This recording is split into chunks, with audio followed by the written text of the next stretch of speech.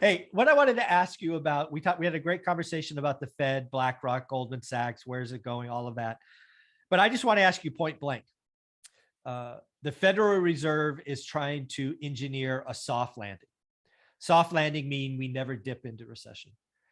I think we have come out of an environment of ungodly amount of money creation. The Fed has done things that never done, like a $9 trillion balance sheet. I think a soft landing is a great goal, but I just want to come out and say right now, I think it's nearly impossible. I don't see how it happens. I think I think a recession has to happen given how out of whack so many things are. What do you think? Do you think they can do it? Well, generally, to curb inflation at the levels we're at, you have to generate a recession to destroy demand in order to correct inflation. The question is that possible in this current environment, given the job situation and the globalization that we're experiencing? So we're a consumer-driven economy. We are highly globalized. We're experiencing deglobalization because of the war. We've got an energy cost situation going up. So what is recession? Recession is negative GDP for 2 consecutive quarters. With prices going up like they are, we've got nothing but positive GDP. I mean, we have positive growth just because of inflation, because of the cost of things. So that's going to kind of skew stuff. So the question is, can they really create, negative GDP in an environment where there's more jobs than there are people, wages are going up, energy prices are going up, food, everything's going up. And we, are basically at a level of consumption where we were, before the pandemic. So nothing has changed in terms of consumer demand and spending. We're just spending more, for what we need. And the question is, will that contract? Will that pull back? And how can the Fed possibly do that without creating, a recession? So I don't know. I don't know if that's possible, given the current environment that we're facing right now. Yeah, this is kind of exactly why I have a new playlist called Whiteboard, where I stand in front of a whiteboard and, talk about various topics. One of the first ones I did was my economic review of 2022 and 2023. I think this year we have stagflation because of what you've just said, right? The economy is not going to feel great, but there's this real and nominal GDP, and we are going to have a nominal GDP growth. And that's why stagflation, in my opinion, we're sitting in April and we're going to have a year of positive GDP, low, like 2%, and high inflation north of 5%. So to me, that's stagflation. I believe the Fed's going to be more aggressive than people expect, as we talked about in video 1, ultimately culminating in every income source, the 1%, the top 10%, everyone else cutting back substantially, and then again, the cost of debt, loans, zombie companies are going to go bust. We just saw 2 examples of companies burn hundreds of millions of dollars. There was a company called Fast, which was in the grocery delivery, burn $100 million in 6 months for being arrogant and stupid. We have Better.com, whose CEO admitted to pissing away $200 million. I believe all of this is happening right now, so people feel okay, but we will have job losses. I believe big banks, right? Big banks start reporting tomorrow. I believe they may not do it this quarter, but next quarter, they're going to talk about layoffs.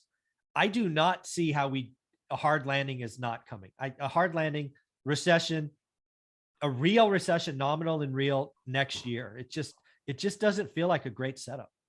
Yeah, I don't know. It's hard to say. And then what we haven't talked about was, obviously we're going to increase defense spending. We have to replace everything that we're supplying. So worldwide, we're going to have a huge increase in defense spending. We've got the infrastructure bill and all of the Build Back Better and all of those programs that are being passed and things like that. So, what the Fed has to do is they have to get housing prices back under control, because that's priced, a lot of people out of the market. So how do you do that? Well, you raise interest rates and you tighten credit. Credit controls are coming. Rent is out of control. Rent's gone up 30%. People are really, struggling with that nationwide. So how do you control that? Well, you're going to start to see rent controls in areas where we haven't seen it before. And again, you have to raise interest rates to affect the values of commercial real estate and things like that. And then, the other thing is the job market. I mean, there's just so many more jobs right now than there are people to do them. I don't know if layoffs, like the mortgage industry is obviously laying off right now because rates are going up, mortgage applications are down. If banks lay off and things like that, I mean, there's so many jobs out there for people. I don't know that that is going to, make a dent anytime soon. Yeah. And again, this is why I think it's a series of dominoes. Again, I think 2022, when it's looked at historically, will be a positive GDP. I just see cost of capital going up across the board. I basically see risk, and maybe this would be video number 3. I think risk is being repriced in real time. I think we had 2 years where risk was basically ignored.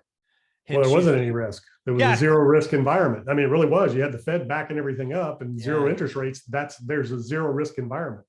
And I think that led to a lot of bad things. I think we're just starting to see bad deals, i.e. Fast going bust, better.com going bust. I think there's a lot more to be uncovered as risk is repriced. And I also think there's a lot of kind of the 1% that is pulling back. In the Silicon Valley, obviously, we're very VC funded, and VCs are repricing. We saw Instacart last round had a $39 billion valuation. They needed more money because of their burn rate. Next valuation was 25. They had a 40% haircut. That's not normal. Risk is being repriced right now, and I think it has just started. I think it is. Yeah, it is. So here's the thing. There's still a ton of capital out there looking for a home. So maybe video number 3, let's talk about where the capital goes now. There you go. We will do that. So again, this is a lot of fun. So again, I want to go back. So do you think we have stagflation today? Stagflation is low growth with high inflation. So right now we have not seen, a curve in growth. So I don't think we have it yet. Okay. All right. I think we are in it. I guess it's really argument about what is low growth. I think what is real growth? I guess the question is, what is real growth? Because we have growth because prices are going up. Exactly. But companies are cutting back and they're making more, producing more with less because of inflation. So have we, I guess you got to measure growth differently. But right now, I don't think we're there. Okay. All right. And then, do you think we have a recession, an official recession, 2 negative quarters in 2023? Just wild guess. I'm just not seeing it right now. Okay, awesome. I love it when we disagree, because I think we have it Q2, Q3, or Q3, Q4 next year. And I think the Fed, it has to happen. Yeah. So very, very cool. Where can people find you? GregDickerson.com. That's where all my social media profiles are and links. GregDickerson.com. All right. I still look forward to number 3. Where's all the money going to go? Awesome. Thanks, buddy.